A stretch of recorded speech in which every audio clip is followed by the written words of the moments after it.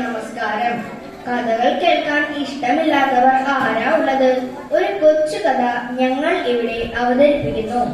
കഥയുടെ പേര് പട്ടൂസിന്റെ ആകാശ കാഴ്ചകൾ.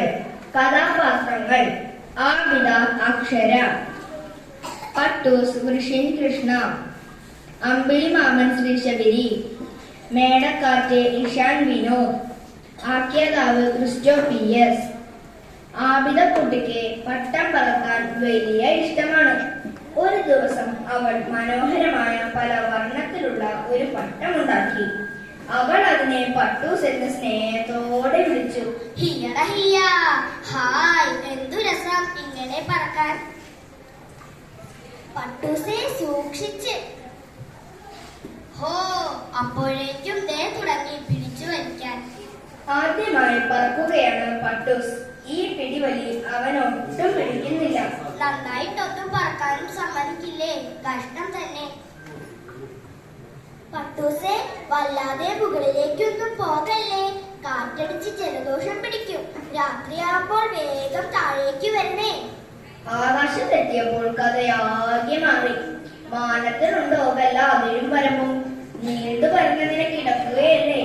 പറന്നും രസിച്ചും കളിച്ചും ചിരിച്ചും നേരം പോയത് അവൻ അറിഞ്ഞതേയില്ല. നൂൽഫോൺ എടുത്ത് ആബിദ പട്ടൂസിനെ വിളിച്ചു. ഹലോ പട്ടൂസെ, കേൾക്കുന്നില്ലേ? Hello hello. ആ, കേൾക്കാം ഇത്താത്ത. നീ ഇതെവിടെയാ? ഇരുട്ടാവുന്നത് കാണുന്നില്ലേ? വേഗം താഴോട്ടു വാ. കുറച്ചുകൂടി കഴിയട്ടെ, ഞാൻ വരാം. എന്റെ തോലിൽ പിടിച്ചിങ്ങനെ വലിക്കല്ലേ പ്ലീസ്, എന്റെ പുന്നാര താത്തയല്ലേ. ആബിദ പറഞ്ഞതൊന്നും പട്ടൂസ് ചെവിക്കൊണ്ടില്ല. പെട്ടെന്നാണ് അത് സംഭവിച്ചത്. ടക്ക്! നൂല് പൊട്ടിയതോടെ പട്ടൂസ് എങ്ങോട്ടെന്നില്ലാതെ പറന്നു പൊങ്ങി. ഹായ്, നല്ല രസം. അതിനിടെ പട്ടൂസ് താഴേക്കൊന്ന് നോക്കി. കൂരാ കൂരിട്ട്. അവൻ പേടിച്ചു വിറച്ചു. ഹലോ ഇത്ത, ഹലോ. ഈ റൂട്ടിലേക്കുള്ള എല്ലാ ലൈനുകളും ഇപ്പോൾ തകരാറിലാണ്. കുറച്ചു കഴിഞ്ഞ് വീണ്ടും ശ്രമിക്കൂ. അയ്യോ, ഞാനിനി എന്തു ചെയ്യും?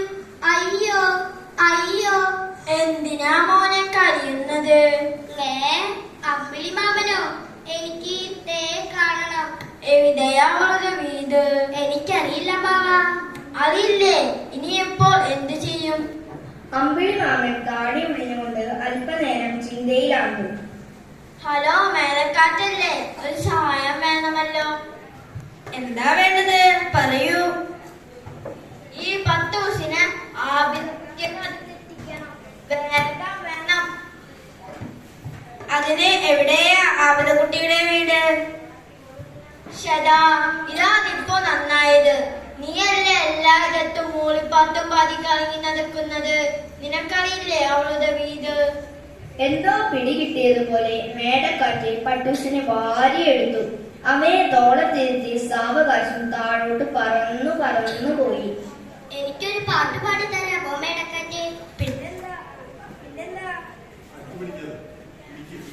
പിന്നെന്താ? ഒരു മണ്ണിൽ ജനിച്ചു നാം, ഒരു മഞ്ഞു പുതച്ചു നാം, ഒരു വെയിലും നുണഞ്ഞു നാം, ഒരു ഗാനം മൂളി നാം. പല വേഷം പല ഭാഷ പല നാടുകൾ എന്നാലും ഒരു നൂലിൽ ചാഞ്ചാടും പല വർണ്ണപ്പട്ടങ്ങൾ. പട്ടൂസ് പതിയെ ഉറക്കത്തിലേക്ക് വഴുതി വീണു. മേടക്കാറ്റ് ആബിദ കുട്ടിയുടെ വീട്ടിലെ ജനാലയിലൂടെ സാവധാനം അകത്തു കടന്നു.